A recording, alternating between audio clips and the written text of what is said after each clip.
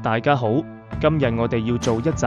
好直接破解全世界嘅政治同經濟制度，唔使講得太學術，我哋要講清楚，要講到你有感覺，因為呢個題目決定咗你我點過活。首先，分類好簡單，無論你講緊國家資本主義 （state capitalism） 定係所謂嘅民主同市場經濟，底層其實都係資本主義嘅不同變種，有啲係國家拉住繩，有啲係私人資本拉住繩，差別唔係冇，而係誰握住資源，誰決定規則。咁點解有啲國家先進，有啲落後？唔好只怪地理，唔好只話文化傾向。近年嚟，學術界一個好有影響力嘅觀點係，決定一國成敗，係佢嘅制度，即係政治同經濟規則點樣設定，權力點樣分配，財產權點樣保障，包容性制度讓多數人有參與，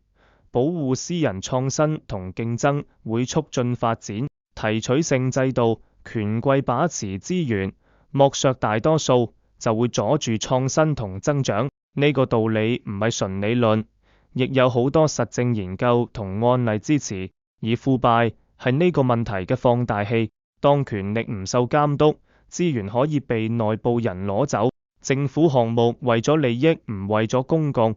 投資流向唔係最有效益嗰度，而係最能賺現金、最能養人脈嗰度。研究顯示，腐敗會減慢經濟增長，拉高不平等，仲會打擊人類發展嘅指標，窮人受害最大。簡單講，同一筆資源，睇制度同清廉程度，結果完全唔同。用哲學角度點睇？我哋可以從激勵同權力結構入手。制度係設計一套激勵機制，它教人點做，唔做，應該點樣獲利。當制度獎勵短期利潤、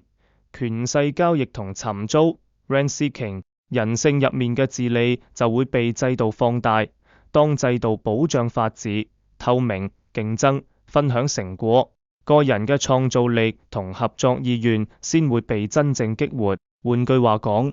人唔係天生要貪，要睇你放佢喺邊個遊戲裏面。另外，權力永遠有集中嘅風險，權力集中到一小撮人手上，佢哋有能力改寫規則去鞏固自己。制度如果冇有效嘅制衡、公開或到民眾參與，呢啲改寫就會變正常，社會資源就會長期流去少數人手上。呢個係為何幾代嘅不平等會代代相傳，發展就咁停喺嗰度。所以，當我哋話民主或市場係解藥，記住，形式唔等於內容。表面上有選舉，有私人企業，但如果選舉被金錢掌控，法院被買通，企業同政府互相保護，嗰種民主市場只係包裝，依然係另一種資本化嘅權力運作。簡單嚟講，制度可以被設計成促進公共福祉，亦可以被設計成掏空公共福祉。關鍵係誰寫規則同有冇監督。最後嘅收結係要誠實面對一個殘酷但重要嘅事實。呢個制度俾咗人類一個巨大嘅機會去放大貪婪，唔係每個人都會貪，但制度係會提供路徑、流動、激勵，令貪婪成為最有利可圖嘅策略。除非我哋改變遊戲規則，唔係換個口號，而係重塑制度、透明、制衡、財富再分配機制，